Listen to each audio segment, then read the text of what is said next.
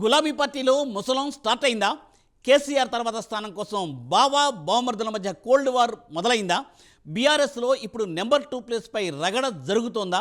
అంతర్గతంగా గులాబీ పార్టీలో పోరు షురు అయిందా అంటే అవుననే సమాధానాలే వినిపిస్తున్నాయి. ఇప్పుడు కొంతకాలంగా బీఆర్ఎస్లో జరుగుతున్న పరిణామాలను నిశ్చితంగా పరిశీలిస్తే ఈ వార్తలు నిజమని నమ్మక తప్పని పరిస్థితి.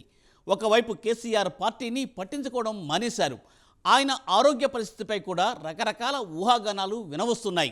ఈ క్రమంలో పార్టీని నడిపించే బాధ్యత ఎవరు తీసుకుంటారు అన్నది ఇప్పుడు ఆసక్తికరంగా మారింది. ఇప్పటికే వర్కింగ్ ప్రెసిడెంట్గా ఉన్న కేటీఆర్ ఆ స్థానాన్ని భర్తీ చేస్తారని ఆయన అనుచరులు చెబుతున్నారు. మరోవైపు ఇంతకాలం పార్టీకి విధేయుడిగా ఉన్న హరీష్ రావే ఆ స్థానానికి కరెక్ట్ అయిన వ్యక్తి అని ఆయన అనుచరులు ప్రచారం చేస్తున్నారు. మరి బీఆర్ఎస్లో కేసీఆర్ స్థానాన్ని ఈ ఇద్దరిలో ఎవరు భర్తీ చేయనున్నారు?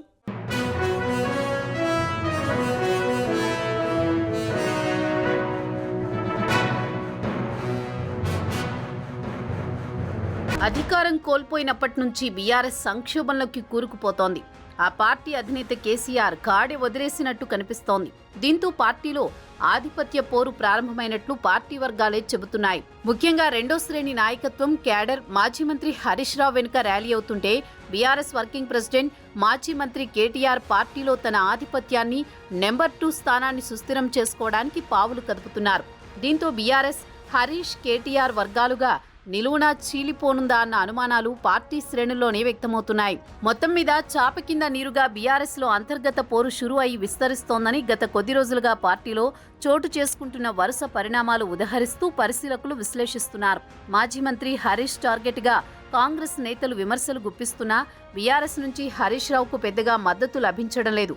సిద్దిపేటలో హరీష్ రావు రాజీనామా చేయాలంటూ ఫ్లెక్సీలు పోస్టర్లు వెలిసినా కేటీఆర్ కానీ బీఆర్ఎస్ నేతలు కానీ పెద్దగా సీరియస్గా తీసుకోలేదు.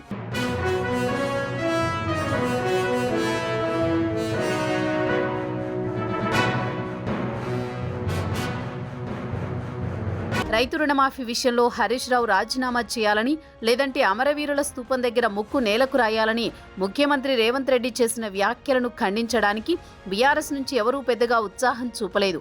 మరీ ముఖ్యంగా కేటీఆర్ అస్సలు స్పందించలేదు. దీంతో తనపై రేవంత్ చేసిన వ్యాఖ్యలకు హరీష్ రావే స్వయంగా కౌంటర్ ఇచ్చుకోవాల్సి వచ్చింది. ఈ పరిణామాలను గమనిస్తున్న పరిశీలకులు బీఆర్ఎస్లో వర్గపోరు ఆరంభమైందని, ఇది కేటీఆర్ వర్సెస్ హరీష్ రావుగా రూపాంతరం చెందడానికి పెద్దగా సమయం తీసుకునే అవకాశాలు లేవని అంటున్నారు. మరోవైపు కాంగ్రెస్ కూడా కేటీఆర్ను పెద్దగా పట్టించుకోకుండా హరీష్నే టార్గెట్ చేస్తూ విమర్శలు గుప్పించడాన్ని చూస్తుంటే పార్టీ బలం కేటీఆర్ కాదు హరీష్ రావే అని అధికార పార్టీ భావిస్తున్నట్లు కనిపిస్తోందని అంటున్నారు. సరిగ్గా ఇదే సమయంలో గతంలో అంటే పార్టీ శాసనసభాపక్ష నేతగా కేటీఆర్ను ఏకగ్రీవంగా ఎన్నుకునే విషయంలో బీఆర్ఎస్ విఫలమైన సంగతిని గుర్తు చేస్తున్నారు. పార్టీ శ్రేణులు హరీష్ నాయకత్వం వైపే మొగ్గు చూపుతున్నాయనడానికి ఇదే నిదర్శనమని చెబుతున్నారు. అన్నింటికీ మించి బీఆర్ఎస్లో కేసీఆర్కి ప్రత్యామ్నాయంగా హరీష్ ఫోకస్ అవుతున్నారని పరిశీలకులు విశ్లేషిస్తున్నారు. అందుకే హరీష్ రావుపై సీఎం రేవంత్, మంత్రులు, కాంగ్రెస్ నేతల విమర్శలు, వ్యాఖ్యలపై కేటీఆర్ మౌనం వహిస్తున్నారని అంటున్నారు. రేవంత్ కూడా కేటీఆర్ను పరిగణలోకి తీసుకోకుండా కేవలం హరీష్ రావుపై మాత్రమే విమర్శలు చేస్తున్నారు. ఈ కారణంగా కేటీఆర్ పెద్దగా చర్చల్లో లేకుండా పోతున్నారు. దీంతో బీఆర్ఎస్లో ప్రత్యామ్నాయంగా హరీష్ ప్రొజెక్ట్ అవుతున్నారు. వీటిని అంచనా వేసే హరీష్ రావుపై సీఎం, మంత్రులు చేస్తున్న వ్యాఖ్యలను తిప్పికొట్టేందుకు కేసీఆర్ సాహసించడం లేదనే అభిప్రాయం వినిపిస్తోంది. మొత్తానికి కేటీఆర్, హరీష్ రావు మధ్య ఆధిపత్యం కోసం అంతర్గత పోరు మాత్రం మొదలైందని విశ్లేషకులు అభిప్రాయపడుతున్నారు. మరి అంతర్గత పోరు ఎటువైపు దారితీస్తుందో చూడాలి.